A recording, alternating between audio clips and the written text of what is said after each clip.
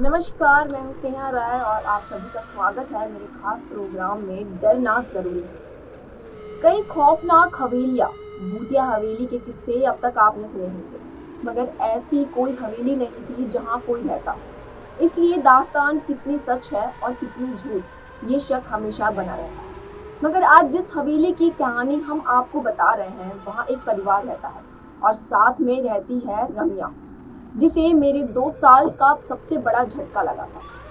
अगर चुभन के अनाम का हिसाब लिया जाए तो दास्ता 200 साल पुरानी है। उत्तर प्रदेश में एटा के पास एक हवेली है, वीरान बाख्यादा आबाद नहीं है एक परिवार के लोगों से, मगर टायर की एक रूह है।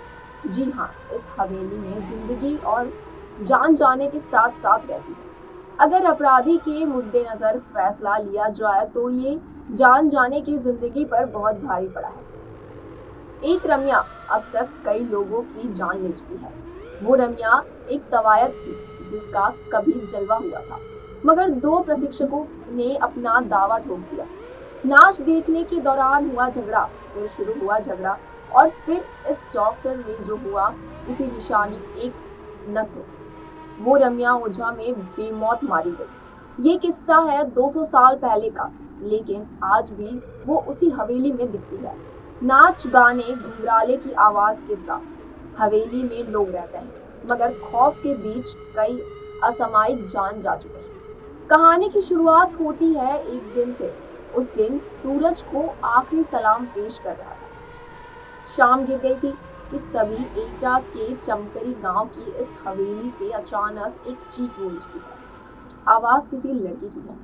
कहती है, मुझे हवेली से मत निकालो, ये मेरा घर है, वरना मैं तुम सबको बर्बाद कर दूंगी। कोई कुछ समझे इससे पहले एक और चीख गूंजती है, मगर इस बार चीख पे जान जाने की तकलीफ भी घूमी है।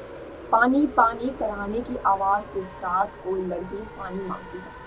ये वाकया कहीं और होता है तो शायद कोई ना कोई तो मदद के लिए आ ही जाता है, मगर इस गांव में हर कोई डर से सहमत पैच पैच मगर इस गांव में हर कोई डर से सहम जाता है, क्योंकि पिछले कई दशकों में ऐसी चीखें इस हवेली से निकलती रही है और लोग कांपते हुए सुबह का इंतजार करते हैं। इस हवेली के मालिक सत्येंद्र तोमर कहते हैं कि यहाँ पहले सब ठीक था, लेकिन धीरे धीरे ये दिक्कत बढ़ती गई। यहाँ घुंघरुओं की आवाज सुनाई देती है, नाचने की आवाजें। इस तरह प्रॉब्लम क्रिएट होती रही। तांत्रिकों को बुलाया गया। कभी कभी आवाजें आती, आपको घर छोड़कर जाना पड़ेगा, ये मेरा घर है। इस तरह से हम लोगों को डर लगने लगा।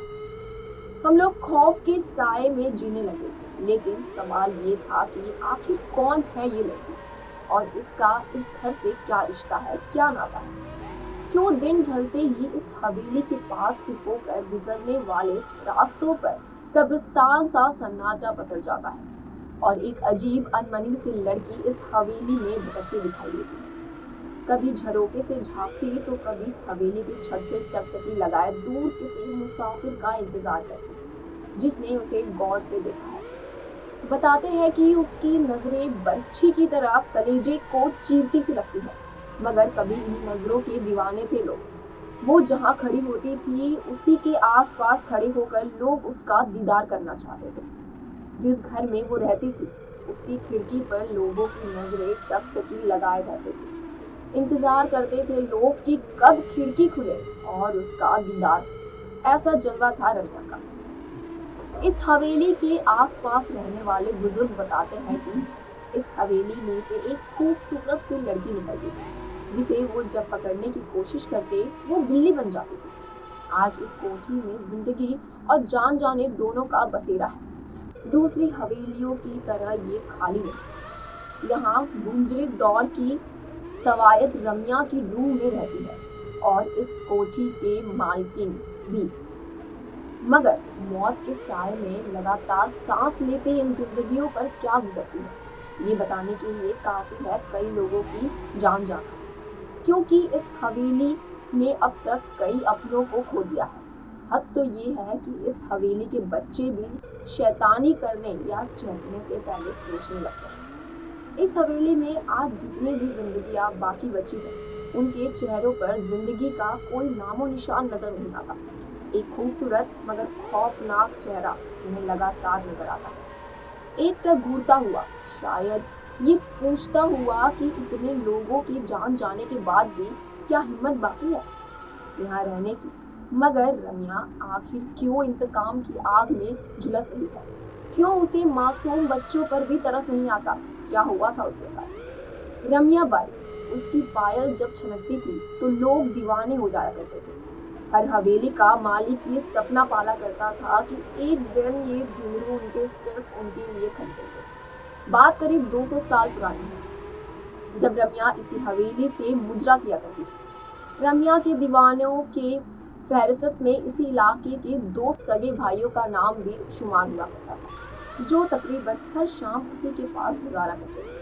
मगर रम्या उस बला का नाम था जिसकी खूबसूरती और हुनर के आगे क्या रिश्ते और क्या नाते पल भर में बिखर जाते थे। और यही हुआ उन दोनों भाइयों के साथ। रम्या को लेकर दोनों इस कदर जज्बाती हुए कि एक दूसरे की ही जान के दुश्मन बन गए। और जब रम्या ने बेकाबू हालत काबू में करने की कोशिश की तो गुस्से से लहराता एक खंजर रम्या के ही शरीर में उतर। दरअसल ये कहा जाता है कि दोनों भाइयों की लड़ाई में रम्या बीच बचाव करने आई थी। वो चाहती थी कि दोनों में खून खराबा ना हो, लेकिन हुआ इसके ठीक उल्टा।